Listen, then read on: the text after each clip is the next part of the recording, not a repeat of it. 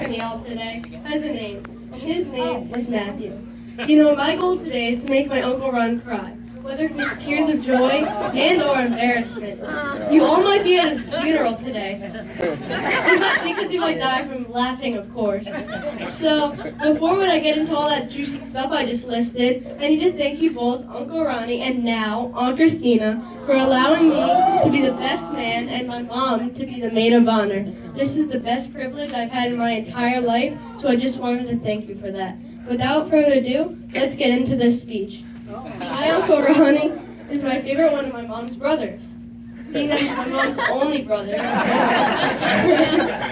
I love and adore him. He sets a pretty good example to me. And notice I said pretty in that sentence. I said pretty, because sometimes he can be a goofball, as some of you might know. My Uncle Ronnie is very loving, kind, friendly. Wait, what's that? I can't read your handwriting.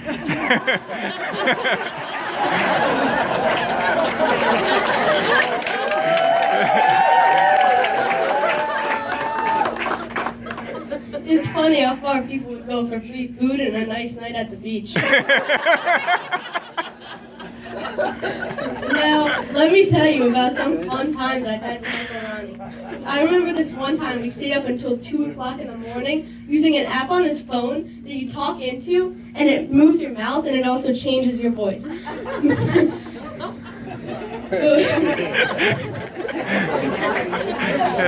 But we were using it for something inappropriate, of course.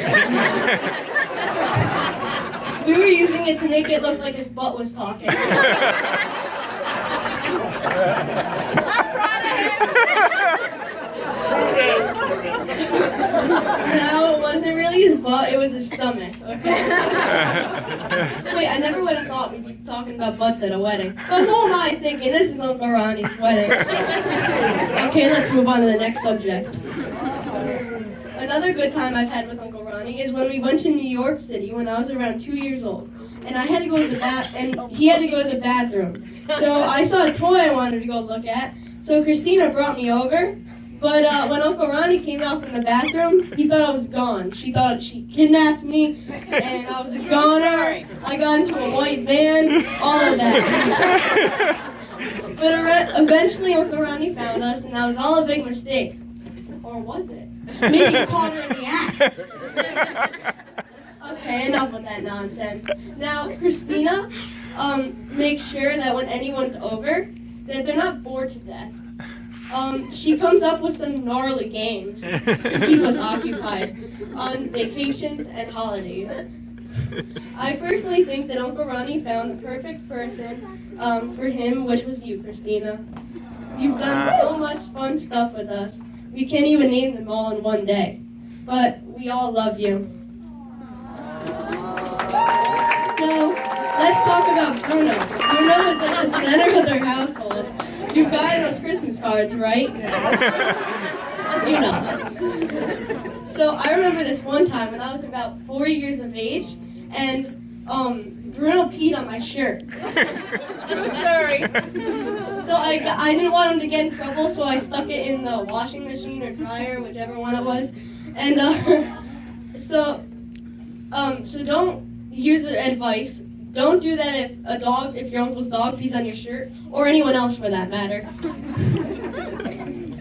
What to do for cousins. So I remember this one time when Uncle Ronnie came over to my house and I tricked him into going in my room, which the door has a lock so you can lock someone in. So I locked him in and I slammed the door in his face. And I shut him and locked him in there for about half an hour. Because at that time I was around 5 years old. But I look back, I thought it was funny at the time. But now I look back and I feel bad for what I did. I grew up. I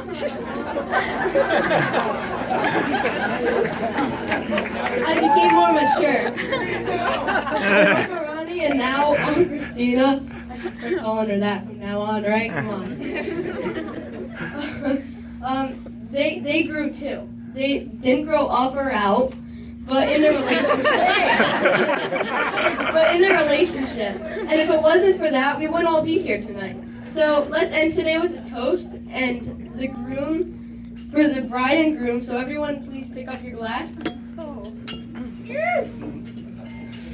Alright, they're all up. So to Uncle Ronnie and Aunt Christina, may you have a merry, blessed marriage. In 1 Corinthians 13, 4-7 says, love suffers long and is kind. Love does not envy. Love does not parade itself, is not puffed up, does not seek its own, does not behave rudely, thinks no evil, does not...